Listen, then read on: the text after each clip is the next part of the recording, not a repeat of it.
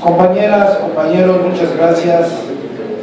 Es para el día de hoy la última intervención y la última reunión de trabajo, y a mí, a nombre del grupo parlamentario del PRI, me da mucho gusto que nos acompañe un gran amigo de nosotros, un hombre que ha tenido el talento de que está a 3 meses de que cumple 4 años como secretario de Trabajo y ha podido mantener una paz laboral en nuestro país en tiempos complejos, en tiempos difíciles, y lo ha hecho por su enorme sensibilidad, por su capacidad de diálogo con los líderes sindicales de nuestro país. Aquí tiene usted un grupo muy importante de líderes, señor secretario, con la intervención también de usted con los empresarios para buscar los equilibrios entre los factores de la producción.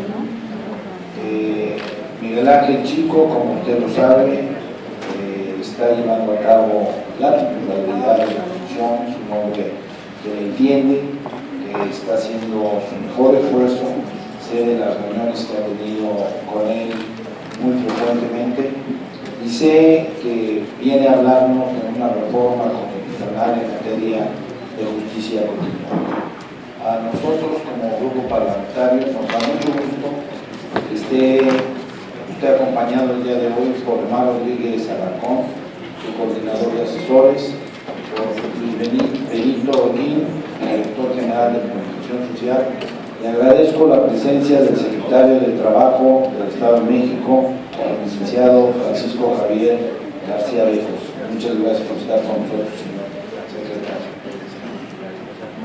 La paz laboral no será gratis. Cuesta mucho trabajo tenerla y se pierde en cualquier momento. El día de ayer, platicando con el señor presidente de la República, me hacía conocimiento que el problema que tuvimos, que nos heredó la administración pasada y antepasada del SME, ha desaparecido, señor secretario. Creo que sería muy importante que nos pudiera comentar sobre este tema fundamental para muchos compañeros y para muchas compañeras. Aquí mis compañeros que son cabeza de sindicatos muy poderosos, siempre están pensando en cómo le va al presidente de la República, cómo pueden ayudar todos los días a que siga avanzando el país por el sendero del progreso y del desarrollo. Y estamos seguros que el día de hoy con usted tendremos un muy buen intercambio que va a beneficiar al conocimiento de mis compañeras y de mis compañeros senadores en lo que viene de tarea para la Secretaría de Trabajo y Previsión Social. Bienvenido, señor secretario, bienvenido a su estado, un estado que quiere usted mucho, que ha trabajado usted mucho por él también y que estamos a sus órdenes. Muchas gracias por estar aquí. Muchas gracias. Muy buenas noches tengan todas y todos ustedes. Le agradezco enormemente al senador Emilio Gamboa Patrón, coordinador del grupo parlamentario del Partido Revolucionario Institucional en el Senado de la República, sus palabras que sí llenan de aliento en un hombre tan probado y sobre todo tan demostrado en el ejercicio público en muchos momentos de la vida de México. Se lo agradezco de corazón. Saludo al senador Miguel Ángel Chico Herrera, presidente de la Comisión de Trabajo y Previsión Social del Senado de la República, y a los integrantes de esta comisión que me hicieron favor de acompañarme unos minutos en lo que me dijeron que me dio mucha inquietud despedían al secretario de Educación. Les agradezco mucho al senador Isaías González Cuevas, al senador Armando Neira Chávez, al senador Tereso Medina Ramírez, al senador Carlos Romero de Champs, y saludo con mucho cariño a todos y respeto además a todos los integrantes de este grupo parlamentario, con mucho, el más profesional, el más sólido el más competente y consistente que tiene el Senado de la República, con mucho. Le agradezco mucho al señor titular de la Secretaría de Trabajo del Estado de México su hospitalidad, como siempre, y sin más preámbulo, comenzaría explicando el tema del SME rápidamente y entramos de lleno al tema que me han hecho el favor de permitirme exponerles a ustedes el día de hoy. El Sindicato Mexicano de Electricistas, al inicio de esta administración, su situación jurídica era que existía una resolución de la Suprema Corte de Justicia de la Nación en la que declaraba constitucional el decreto de extinción de la entonces Compañía de Luz y Fuerza del Centro, y que las demandas colectivas que se habían presentado señalaban con claridad en esa resolución de la Corte que no había patrón sustituto, que por lo tanto la CFE no había patrón sustituto y que lo único que quedaba pendiente era la liquidación de esos trabajadores. El problema que se tenía en el país no era un problema de carácter jurídico. El problema jurídico o el tema jurídico había estado ya resuelto finalmente por la Corte, pero sí existía un severo problema social, donde había trabajadores calificados todos los días desfilando en uno y otro lado de la Ciudad de México y otras partes del país, concentrado mayormente en el centro de la República. La salida que se encontró fue la siguiente. La primera, el sindicato tenía que reconocer que no existía derecho alguno pendiente en contra de entidad alguna del gobierno, salvo los derechos individuales derivados de su liquidación de cada uno de los trabajadores que no habían decidido cobrarla. Segundo, que tendría que constituirse en una cooperativa y que esta cooperativa buscaría un socio de capital privado que juntos tendrían en comodato algunas de las instalaciones de lo que fue la extinta Compañía de Luz y Fuerza del Centro, no todas, solo 4, que tendría el socio inversionista que reconvertir estas instalaciones comprometiendo recursos privados para que funcionara, que al ser cooperativa el SME ya no podía ser competencia de sí mismo, es decir, desaparecía como sindicato y no podría demandar titularidad alguna de contrato colectivo a empresas nuevas que llegaran en la reforma energética, y que eso sí es un tema importante de incentivo a la inversión, y que por lo tanto tendrían que generar fluido eléctrico para la zona centro del país a más bajo costo mediante una fórmula establecida por CFE, y que CFE tendría la opción de comprar esa luz para poder abastecer lo que en este momento no alcanza, que es el fluido eléctrico de una zona centro que crece día con día. En esos términos, sabiendo que no se entregaba en propiedad, que se daba en comodato, que era un inversor privado, que desaparecía el sindicato, que se constituía en cooperativa y que tendrían que vender fluido eléctrico a más bajo costo del que lo produce la CFE, teniendo la CFE la opción inicial de compra de todo lo que produjera esta nueva compañía, podía darse hacia adelante los trabajos. Estos ya empezaron desde noviembre del año pasado, y en el 27, las últimas 2 semanas de agosto, la Junta Federal de Conciliación y Arbitraje trabajó viernes, sábado y domingo para liquidar a cada uno de los ex trabajadores del SME que no habían cobrado su liquidación. Uno por uno tuvimos un 96% de efectividad, sin necesidad de estar haciendo ruido, ni presentaciones, ni dar a conocerlo en boletín. Están liquidados completamente los trabajadores. Ese dinero se ha puesto en manos de un fideicomiso de ellos y servirá para amortizar también su parte proporcional en esta unión que se ha hecho con una empresa privada y la cooperativa en sí misma. Ese es el estatus que guarda. Jurídicamente estaba resuelto, socialmente no. Se conservó la planta de empleo de trabajadores que sí tienen una mano de obra calificada y desapareció como tal un sindicato porque no puede ser competencia de sí mismo quien ha pasado a ser patrón a través de una cooperativa.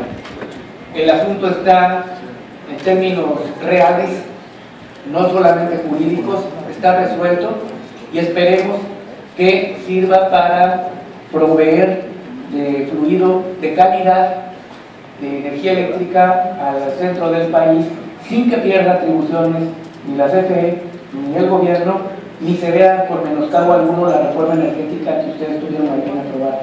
Sería lo que yo podría decirle al señor senador y al grupo parlamentario. Igual, como pueden ver, no ha habido crítica sobre esto, no ha habido una queja específica, fue muy cuidado el proceso, muy cuidado, hasta en las formas en que tendrían que desistirse de cualquier acción colectiva o individual, cualquiera de los trabajadores que hayan conformado el Sindicato Mexicano de Electricistas.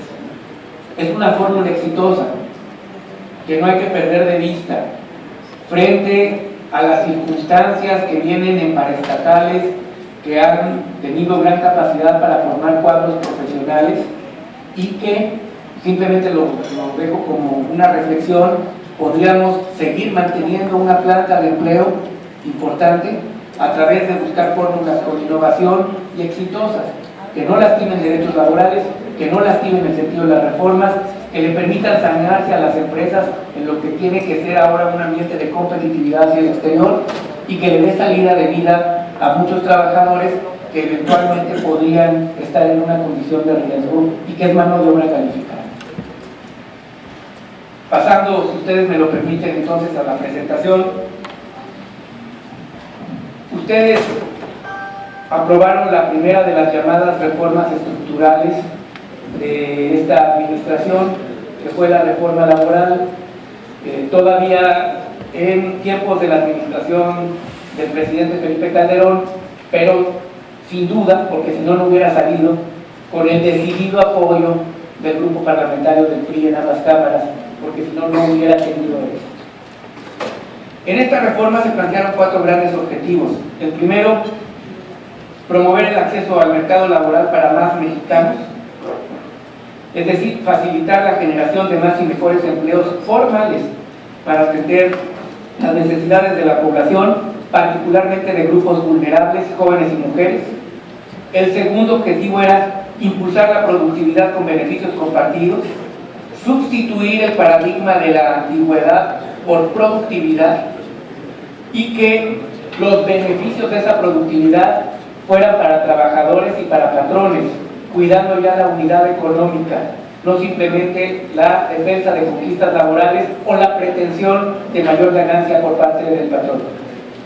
El tercero era fomentar el trabajo digno y la protección más efectiva de derechos laborales. Ustedes aprobaron en esa reforma a la Ley Federal del Trabajo que un término administrativo de la OIT que se conoce como trabajo digno o trabajo decente, y que es un término administrativo para decir un trabajo con prestaciones y seguridad social, tuviera categoría jurídica, ya no simplemente como un tecnicismo administrativo, sino que se le diera rango jurídico al señalar que México impulsa la protección y la promoción de un trabajo digno, de un trabajo decente.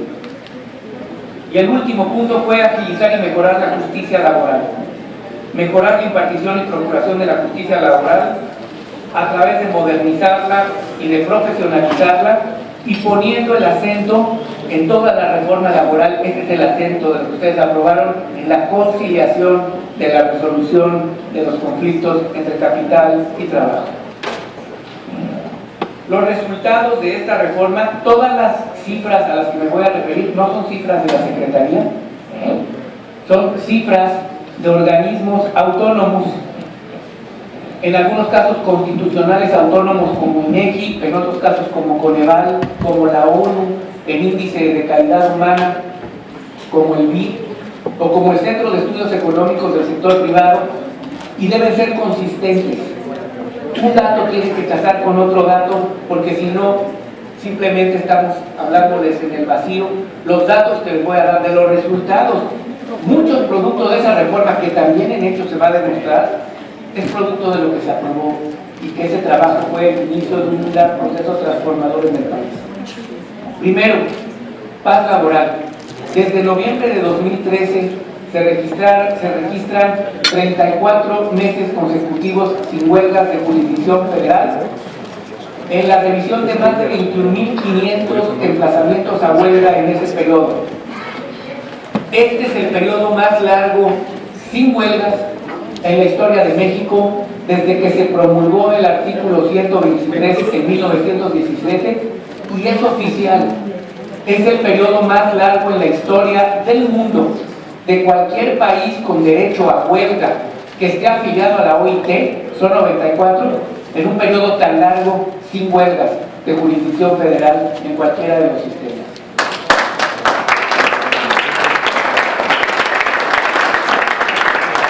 Es una buena noticia porque permite al país sostener su planta de empleo y porque permite decir con toda claridad que en México los factores de la producción tienen capacidad de conciliar hasta los más difíciles problemas. No estoy hablando de las grandes empresas que tienen por sí mismas muchos mecanismos y maneras de encontrarles salidas a situaciones difíciles. Estoy hablando incluso de pequeñas empresas de 8, de 10, de 15 trabajadores que no se ha tenido que hacer uso del derecho de huelga y que siguen funcionando y que se siguen encontrando salidas para que la planta de empleo se conserve en esas unidades económicas. Si esto es real, como lo es, tiene que ser consistente con el aumento de trabajo asegurado al IMSS, porque no se podría entender un periodo tan largo de paz laboral si esto no redunda en mayor número de trabajadores afiliados al Instituto Mexicano del Seguro Social. En lo que va de la presente administración, se rebasaron los 2 millones de altas al IMSS, de los cuales 1 de cada 4 nuevos empleos han sido para jóvenes de 15 a 29 años de edad y el 41% para mujeres. ¿Qué significa esta cifra? Que es la más alta en periodo alguno desde que se llevan registros. Comparadas frente a sexenios anteriores, para hablarlo en concreto. En la administración pasada y antepasada, para no irme más atrás, porque evidentemente las condiciones demográficas eran distintas, pero hace 2 años, aún cambiando las condiciones demográficas, son asequibles. En el periodo 2000-2006 del presidente Vicente Fox, a estas alturas del sexenio, eran menos 226.660 altas al IMSS. Y en el periodo de Felipe Calderón, a estas alturas del sexenio, eran 537.081 puestos de trabajo asegurados al IMSS. En este momento llevamos 2.053.000 en condiciones económicas distintas. En el 2000-2006 se tenían los precios más altos registrados de petróleo, y en el periodo 2006-2012 las condiciones macroeconómicas y de estabilidad, quitando lo que pasó en 2008 y el bache, permitían tener la posibilidad de una generación mayor de empleos. Si esto es consistente, quiere decir que ha habido trabajo que no lo ha dado el crecimiento económico, que ha sido producto de esa reforma laboral que ustedes aprobaron para flexibilizar la contratación individual de mexicanos, y que ha habido un proceso muy importante de migración de la informalidad laboral a la formalización en el empleo.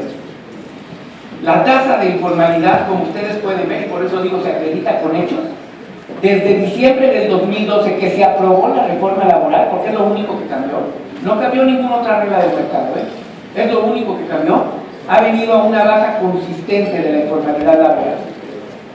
Es consistente el dato. Hay altas en el IMSS mayores que el crecimiento económico, tiene que ser consistente con una baja de la tasa de informalidad, porque si no estaríamos diciendo cosas que no tienen sentido. Ahí está la baja de la tasa de informalidad de más de 3 puntos, que no significa 3%, porque el universo de mexicanos que se encontraban en la informalidad era de 60%, 6 de cada 10.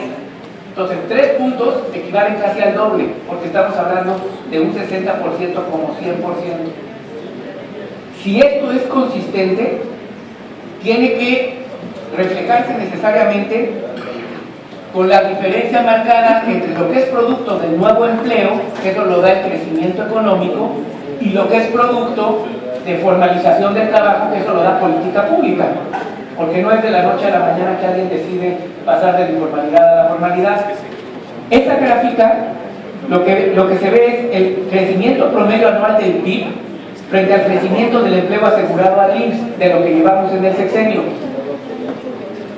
En promedio, sin contar este año que es incierto todavía el crecimiento económico que vamos a tener.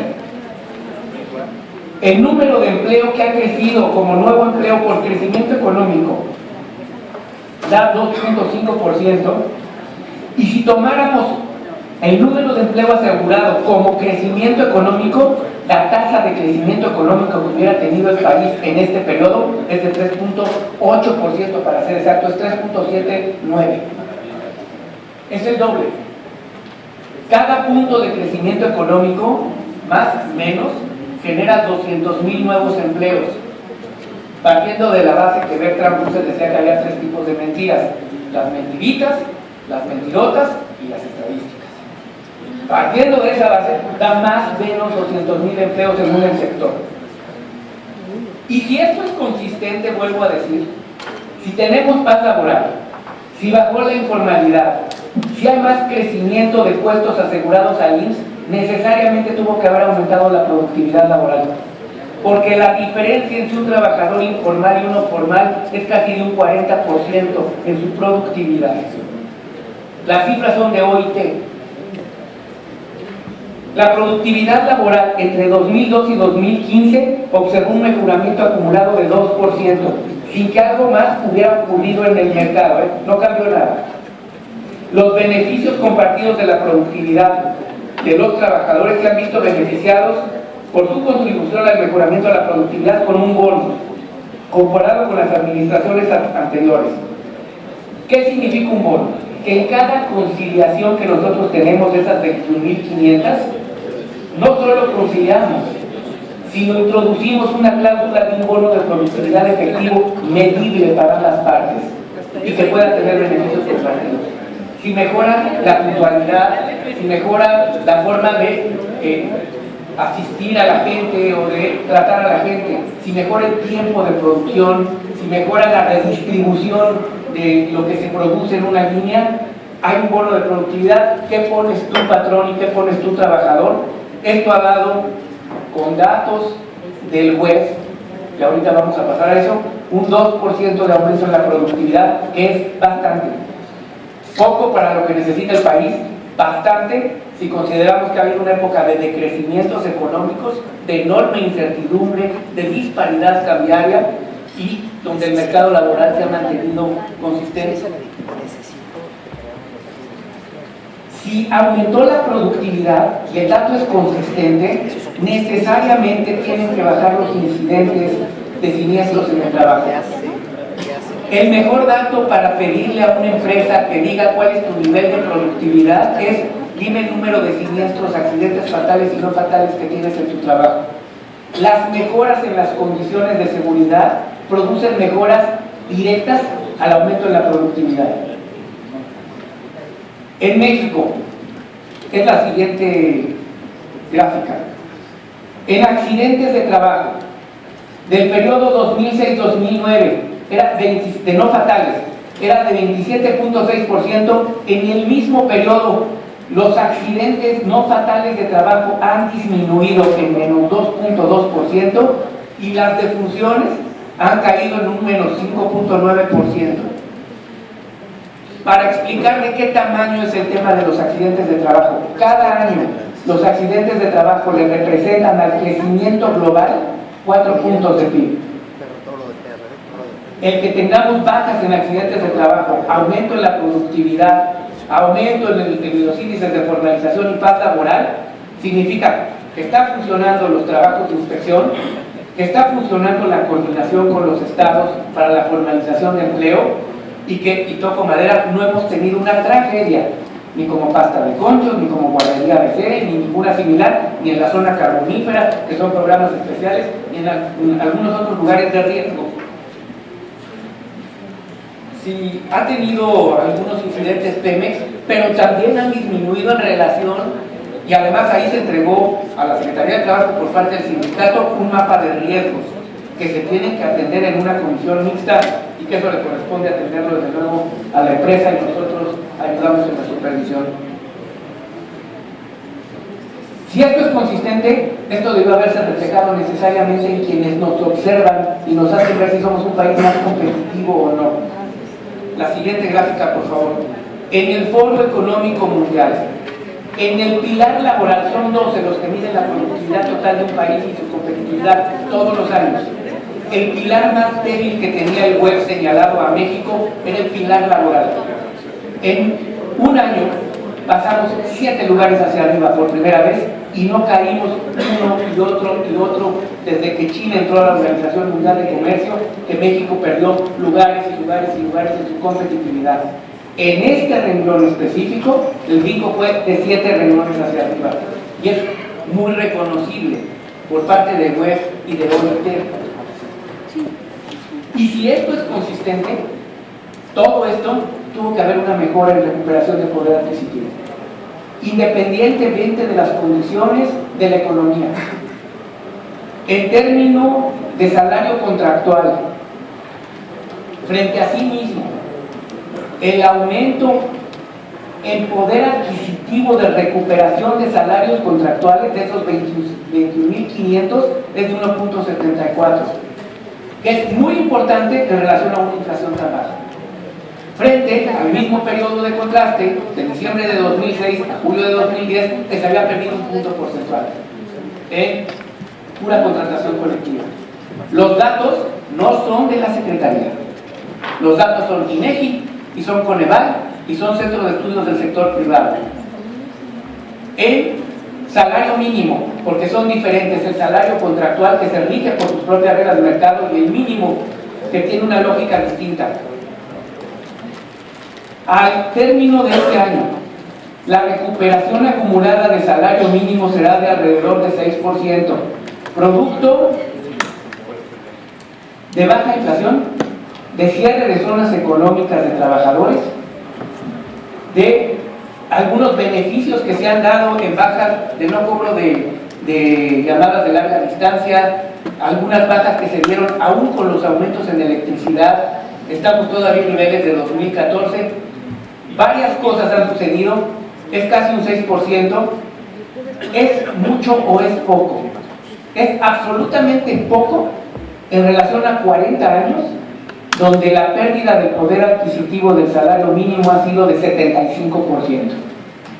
Pero es mucho si es la primera vez en 40 años que la cifra es para arriba, demuestra casi un 6% de recuperación de poder adquisitivo, desde 1976, que fue el año más alto de poder adquisitivo del mínimo y que además se ponía por decreto. Y después venía un periodo inflacionario y otra vez un aumento y otro periodo inflacionario. Al final siempre perdieron los trabajadores. Los salarios subieron por escalera, los precios por debajo. Y sí, hay que seguir peleando por un aumento del salario mínimo, pero con la responsabilidad de que el efecto faro de los salarios mínimos no te golpee toda la contratación contractual y por lo tanto un aumento de precios y por lo tanto un proceso inflacionario. Por otro lado, cuidando de que subir el salario mínimo lo puedan pagar quienes trabajan con ese indicador, que es el 75% de patrones y de trabajadores. Y por un tercer lado, que no le pongas más alta la vara a la formalización del empleo a un trabajador, porque los beneficios de ser un trabajador formal, de tener seguridad social y prestaciones, por el propio Coneval, hacen más por alcanzar líneas de bienestar que un mero aumento de pesos en el salario, manteniéndote quizá en condiciones informales. Las acciones que ha tomado la Secretaría, gracias a la reforma que ustedes permitieron, fue el Servicio Nacional de Empleo. La siguiente, por favor. Se han colocado en un empleo formal en estos 4 años de administración del presidente Peña a 4.9 millones de personas con nombre y apellido. ¿Por qué digo con nombre y apellido? Porque este dato lo audita el BID. Son recursos que también vienen del BID y se tiene que tener un nombre y un apellido de la persona a la que se le dio de alta en el IMSS después de pasar por vinculación, por becas, por apoyo al autoempleo, por situación de crisis laboral, por una serie de programas que se tienen en el Servicio Nacional de Empleo y que terminan reintroduciendo al mercado laboral a un trabajador que quedó fuera con mejores cualidades o alguien que no tenía y que ahora tiene capacidad para entrar en el Servicio Nacional de Empleo. El dato, desde luego, diría, no checa con lo del IMSS, es que el IMSS lo que hace es tener balances netos. ¿Cuántos entraron frente a cuántos salieron del IMSS? Y al final te da un número. En nuestro mercado laboral, el 11º, el más complejo del planeta, el empleo precario de la gran mayoría de trabajadores y la ausencia de certificación de habilidades hace que estén saliendo y entrando al IMSS muchos trabajadores todo el tiempo, que coticen un máximo de 4 meses, 3 meses y luego cambian a otro trabajo, luego quedan fuera 2 meses, luego vuelven a entrar y un día se emplean de choferes, otro día se emplean de trabajadores del campo, otro día es una gran movilidad. Pero lo cierto es que el Servicio Nacional de Empleo, mejorando capacidades, ha habido 4.9 millones de mexicanos, comparado con, otra vez, haciendo contraste con el sexenio anterior, frente a 12 millones que habían atendido, nosotros hemos atendido 18, con menos recursos, porque ha habido recortes en todos los programas. Y frente a 3 millones de colocados, ha habido 4.975.000, casi 5 millones. El dato, lo puedo dar en firme, al Servicio Nacional de Empleo se le reconoció por el Departamento del Tesoro norteamericano en Washington como uno de los 3 programas el año pasado de mayor impacto económico social de toda la región. Es un hecho, no es un dato a la ligera, ahí está. En materia de inspecciones, que es lo que le toca a la Secretaría, han aumentado. ¿Qué significa eso? No es que estén trabajando más, significa que están cumpliéndose propósitos. Y los propósitos son claros: formalicemos empleo, garanticemos seguridad de higiene en donde vayamos a hacer la inspección y coordinémonos con las entidades federativas para que coparticipen con nosotros en esos mismos propósitos. No buscamos sancionar a las empresas, sobre todo aquellas que tienen más de 50 trabajadores, empresas formales o trabajadores informales, sino convenir con ellas los pasos que tienen que dar para sostener una planta de empleo plena, para hacerla más productiva y para que ingrese de círculos virtuosos. Esto ha permitido también proteger grupos vulnerables. En ocupación infantil, trabajo infantil, al inicio del presidente Peña, para decirlo en otros números, porque eso dice mucho, dice nada, es un número. Al inicio de la administración del presidente había encuesta de INEGI, 3.038.000 niños en condición de trabajo infantil ilegal. Ustedes ampliaron incluso la base de trabajo infantil ilegal. Aprobaron una reforma constitucional para elevar de 14 a 15 años la edad mínima para trabajar, por unanimidad. No fue noticia, por lo tanto. Pero aún con eso, la última encuesta del INEGI señala que quedan en México 2.400.000 niños. Se bajó 600.000 el número de niños que no están teniendo trabajo ilegal infantil. Y es consistente con el número de aumento en la matrícula en escolaridad dual de aquellos lugares y aquellas regiones de mayores carencias en el trabajo infantil. Este dato lo reconoció la OIT en México e invitó al país a volver a presidir el grupo de gobiernos de la OIT, porque este es un programa prioritario para el 2025 de la ONU. En términos de otro grupo de población vulnerable, que son personas con discapacidad, hace 2 semanas, ante notario público, se certificó el cumplimiento de la meta sexenal que comprometió en su campaña el presidente de la República. El único compromiso que tenía la Secretaría de Trabajo, que era el 088, donde más de 52.000 personas con algún tipo de discapacidad están en un empleo formal, donde la reforma laboral que ustedes aprobaron ha permitido acondicionar espacios para que puedan entrar en un círculo virtuoso personas con alguna discapacidad.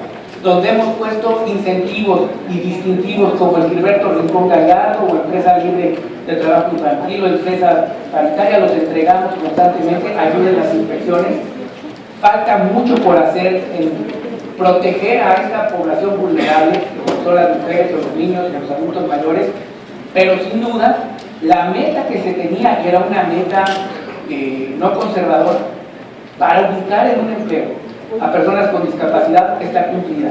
Y ahí está el dato cumplido con personas con nombre y apellido. En cuestiones de Infonacot, que eso ayuda al microempresario, al microempleo. La reforma que ustedes aprobaron de hacer que todos los patrones tengan la obligación de inscribir en el Infonacot a sus empleados, todos, se traduce en lo siguiente: se cuadruplicó el número de establecimientos afiliados al Infonacot, son 4 veces más que antes, y en cifras significa lo siguiente: de diciembre de 2000 a julio de 2004, sexenio de Vicente Fox, el Infonacot dio créditos por 13.949 millones de pesos. En la administración del presidente Calderón, en ese mismo periodo, 4 años, el Infonacot dio créditos por 27.435 millones de pesos. En el periodo del presidente Enrique Peña, de diciembre de 2012 a julio de 2016, se ha colocado en un crédito a 45.152 millones de pesos. No es dinero público, es dinero de los trabajadores. Dinero que se audita con los trabajadores en una junta de gobierno, en un organismo descentralizado, que se aumentó el monto, que se disminuyó la tasa de interés, que se bursatilizó además parte de los activos, porque no es una intención de lucro la que tiene el Infonacot, sino de bajar las tasas, y obligó al resto de aquellas empresas o bancos que dan crédito a la nómina a bajar también la tasa de interés en beneficio de quienes soliciten crédito. La afiliación de centros Fonacot, se las dije, basta ver la diferencia, es 4 veces más. Gracias a esa reforma laboral, porque obliga. Y en términos del cuarto punto, que tenía como objetivo la reforma que ustedes pudieron haber aprobado como constituyente, pues no es cierto, reforma legal. En términos de asuntos conciliados, el acento en la conciliación subió en un 32.7%. En los asuntos que tienen importancia de ser conciliados y otros que se vuelven a resolver, sobre todo los individuales, los colectivos todos, 21.500. Adelante, por favor. En defensa de los derechos de trabajadores, hoy por hoy la Procuraduría de Defensa de los Derechos de los Trabajadores gana 9 de cada 10 juicios que representa gratuitamente. Y su efectividad es 9 de 10, con un tema en particular. En asuntos individuales, la tendencia es a no conciliar, porque conviene a quien representa al trabajador alargar el juicio para obtener más, que no le toca al trabajador, le toca al representante legal. Y de eso es parte de lo que vamos a hablar de la reforma laboral. Entraríamos al último de los temas, que es justicia laboral.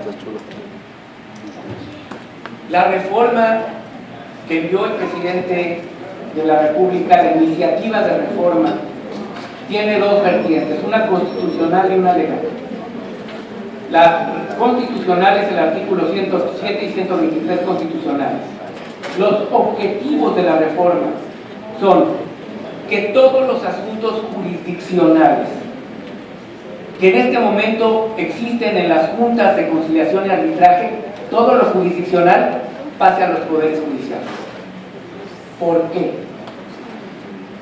Como datos, México es el único país en el mundo que tiene todavía ese sistema de resolución de controversias laborales.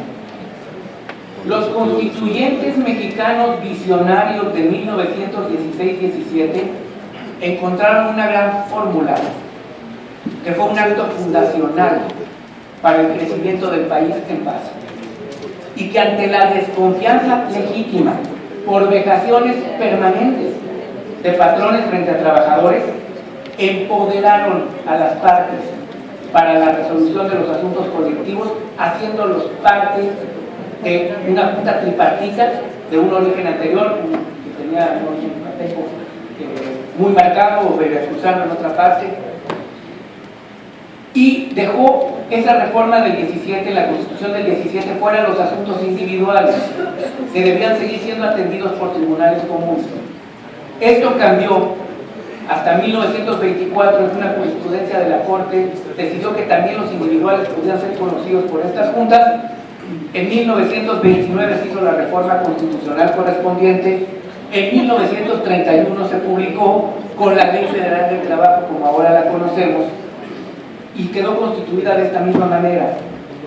La pregunta es, ¿las respuestas que se dieron los constituyentes del 16-17 son las mismas respuestas que tienen que darse los mexicanos en el siglo XXI? ¿Obedecen a las mismas razones? ¿O ya tenemos un sistema de pesos y contrapesos y de poderes que permita que en lugar de tener esta justicia, que ahorita vamos a entrar a ver cómo está, podamos hacerla que se vayan a los poderes judiciales a resolver? No estoy hablando del derecho procesal. El derecho procesal lo van a dar ustedes y deberá ser muy tutelar de los derechos individuales de los trabajadores para equilibrar a las partes, a los desiguales, y deberá ser también muy específico en los asuntos colectivos para que sea expedita.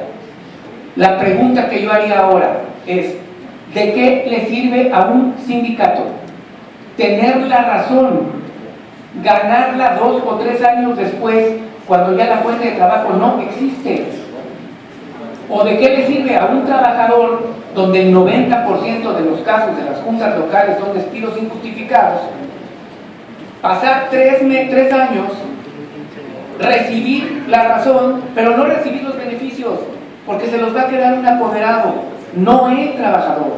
A él le dan una parte nada más. Y más allá, las juntas de conciliación y arbitraje federales representan realmente a los patrones de México, la de hoy, o algunos de los patrones, y si son más precisos, a los representantes legales de los patrones, que son los que hacen la negociación y ver a quién mandan y a quiénes ponen. Y lo mismo diría en la otra parte. Si así, este es el esquema que tenemos de juntas, la verdad. Adelante, por favor. Regresemos al anterior siglo.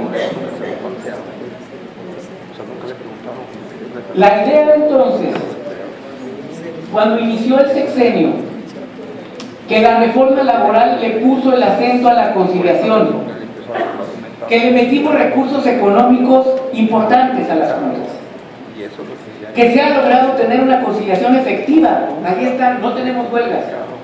No ha resuelto el problema de fondo, por más que hemos estirado el músculo, y no lo va a resolver en el corto plazo porque no hay recursos públicos para eso. El tema es poder pasar a donde tiene que estar, en poderes judiciales, y hacer de la conciliación, que es el fuerte de nosotros, de nuestro mercado laboral, la parte esencial, y hacer una conciliación obligatoria, y que las partes lleguen a un centro de conciliación. ¿Y cuánto dure la conciliación? Lo que quieran las partes. Si una parte decide, yo no quiero conciliar, desde el primer minuto se presenta al órgano, la primera gente dice no concilio, y se va a tribunales con el siguiente añadido: el Estado va a gastar recursos en el juicio, van a tener este mecanismo de resolución de sus asuntos. Y los asuntos laborales, la mayoría de los asuntos laborales, si las partes quieren conciliar, y cada quien acepta su reto, y no ahora que no concilias, porque como las juntas son al final tribunales de casación, siempre van a terminar esos asuntos en el Poder Judicial, y el Poder Judicial, a través de un amparo, o lo regresa o lo cambia, pero no resuelven de fondo. Y este organismo, porque tendría que ser muy transparente, serían centros de conciliación en la federación y en los estados, que además de conciliar, atienda como organismo descentralizado del Estado con capacidad técnica específica, patrimonio y personalidad jurídica propia, porque se volvería con posibilidad de tener actos de autoridad, una serie de trámites administrativos que no los debería de tener en este momento la autoridad de trabajo, como es el registro, el acto registral de los sindicatos, y que con todo respeto es una forma medio de extorsión. Te doy o no te doy la toma de nota. Y queremos sindicatos fuertes. Nosotros queremos sindicatos fuertes, y tan lo queremos que estamos en formalización, porque cada vez que un trabajador se formaliza tiene la posibilidad de pelear sus derechos colectivos a través de la representación de un sindicato. Adelante. Adelante, por favor. ¿Podrías poner la siguiente arma?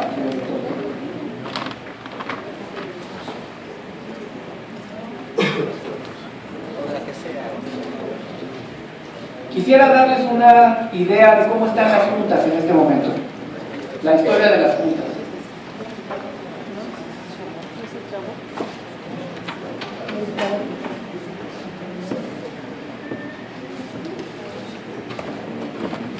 Esto va en contra de tu productividad, ¿no? Es casi. Y les estamos No sé, ya se escondió. No, porque es apartado, güey. ¿Quién lo está viendo?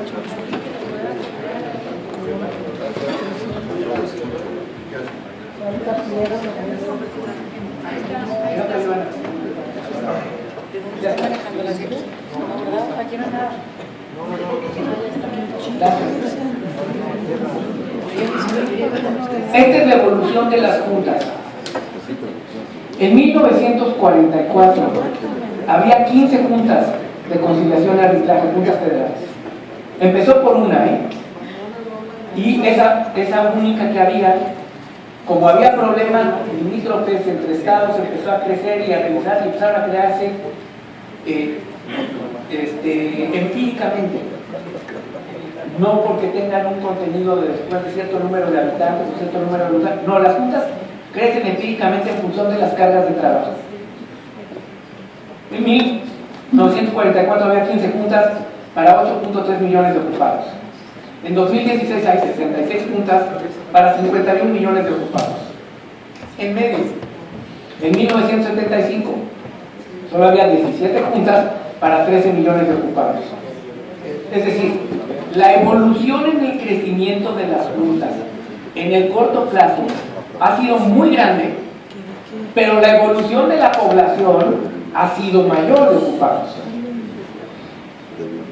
La relación del universo potencial de ocupados y el número de juntas es que en 1944 correspondía 553.000 a cada junta, mientras que en 75, ya con 17, 764, y no obstante el crecimiento de 17 a 66 juntas, en este momento la relación de personas frente a juntas es de 772.000. La diferencia entre 75 y 2016 no es mucha, y sí el número de juntas que se han crecido.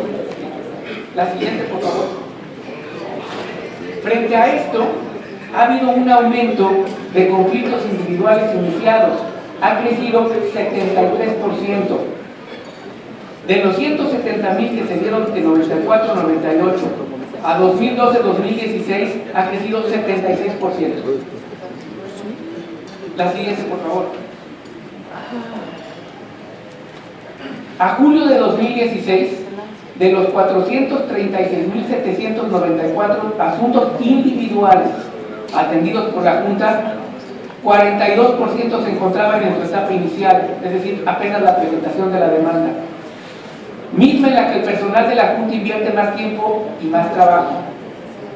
Solo el 11% hace el mes pasado se encuentran en etapa final.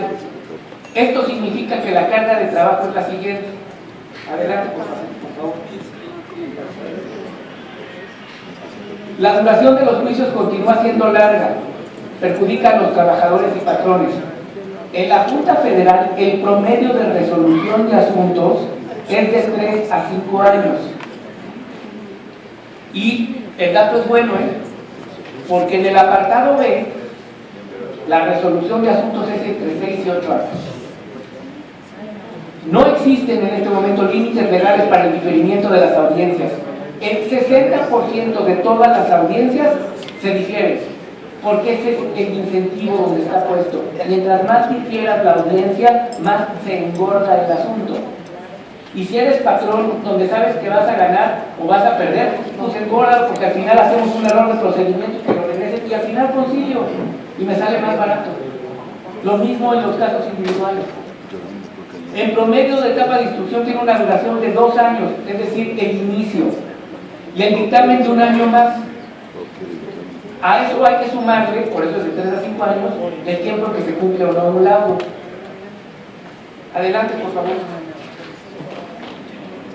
Estos se vuelven un tema de rezagos, y se vuelven rezagos históricos, para llamarlos coloquialmente, elegantemente.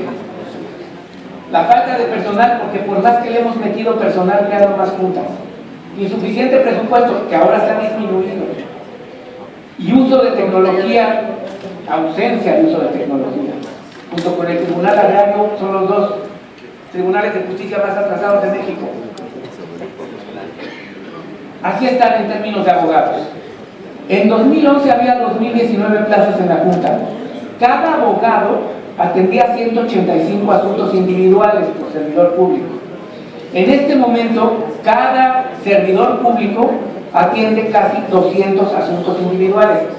¿Qué empresa, despacho o institución puede generar justicia teniendo 200 asuntos al mismo tiempo? Esa es la realidad de las juntas. ¿Cuánto personal tendríamos que meterle bajo esa lógica para que tuvieran un estándar mínimo? Eso genera un deterioro en la calidad de laudos. ¿Y dónde se mide el deterioro en la calidad de laudos? Partiendo de la base de que el caos tiene lógica en ciertos asuntos de justicia, y lo se mide. La calidad de laudos se mide en función de cuánto te corrige la plana del Poder Judicial, porque al final llegan ahí. El deterioro en la calidad de laudos ha pasado de 70 a 68%. No es un gran porcentaje de disminución, sí es una tendencia. Y es claro que hay que advertirla ahorita. Adelante. Adicionalmente, la mitad de los asuntos de la Junta no ven asuntos laborales, ven asuntos de seguridad social. Y contra quien están peleando es, curiosamente, contra órganos del Estado. El IMSS es el que tiene mayor número de asuntos de seguridad social, después las AFORES, después otros, Pemex, CFE y Fonavit. ¿Por qué? Porque la lógica del Estado es a no reconocer que pudieron haber tenido un acto arbitrario y subsanarlo de inmediato. La lógica del Estado es, hasta que no me lo diga un juez en última instancia, en ese momento yo acepto lo que se me está poniendo enfrente y entonces busco salida. Esa lógica perjudica al trabajador, perjudica a la institución porque se vuelve mucho más grande de lo que tiene que pagar, perjudica a la justicia, y es el 50% de los asuntos de la justicia. La iniciativa busca darle impulso a la conciliación, haciéndola obligatoria y no voluntaria. ¿Cuánto dura? Lo que las partes quieran. Darle carácter técnico, serio a la conciliación, nos ha dado resultado. Ahí están 34 meses sin huelga. Sí funciona. Es un método eficaz para los mexicanos de resolución de conflictos. La siguiente, por favor.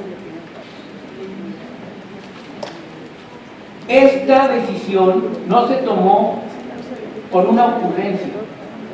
Esta decisión fue producto de análisis, donde el 22 de febrero de 2015 hubo foros de consulta sobre justicia cotidiana para trabajadores.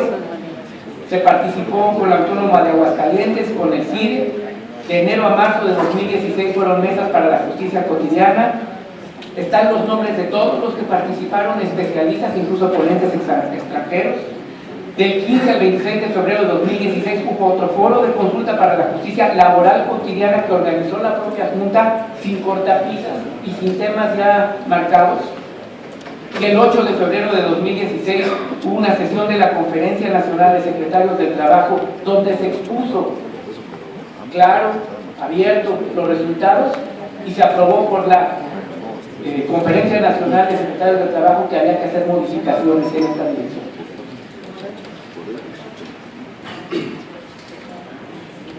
Aquí está que se manifestaron los sectores y el 28 de abril el Ejecutivo les envió a ustedes, Cámara de Senadores, porque la discusión es mucho más técnica aquí, por la composición de la Cámara del órgano. Esta iniciativa de reforma del 107 y 123 constitucional, donde se impartan los asuntos institucionales por poder judicial o de los poderes locales, donde fortalezcamos la conciliación como obligatoria por órganos autónomos no controlados, técnicamente sólidos, donde el titular de ese órgano descentralizado a nivel federal sea una terna que propone el Ejecutivo a ustedes, al Senado, y se analicen cualidades técnicas de quien la propone, para cómo se llevan los asuntos entre capital y trabajo, donde se creen centros de conciliación como justicia alternativa que le dé velocidad y salida, y donde efectivamente la justicia sea justicia para todos, no para una parte de los patrones, no para una parte de los sindicatos, sino efectivamente justicia para todos los trabajadores en un mercado laboral que en este momento tiene condiciones para hacerlo, porque no estamos en conflicto. Estamos en una etapa clara y franca de diálogo, que ha perdurado en condiciones muy inciertas de economía global e incluso que alteran desde luego la economía interna del país. Sería cuanto. Señor coordinador, les agradezco mucho su tiempo y estoy a sus órdenes.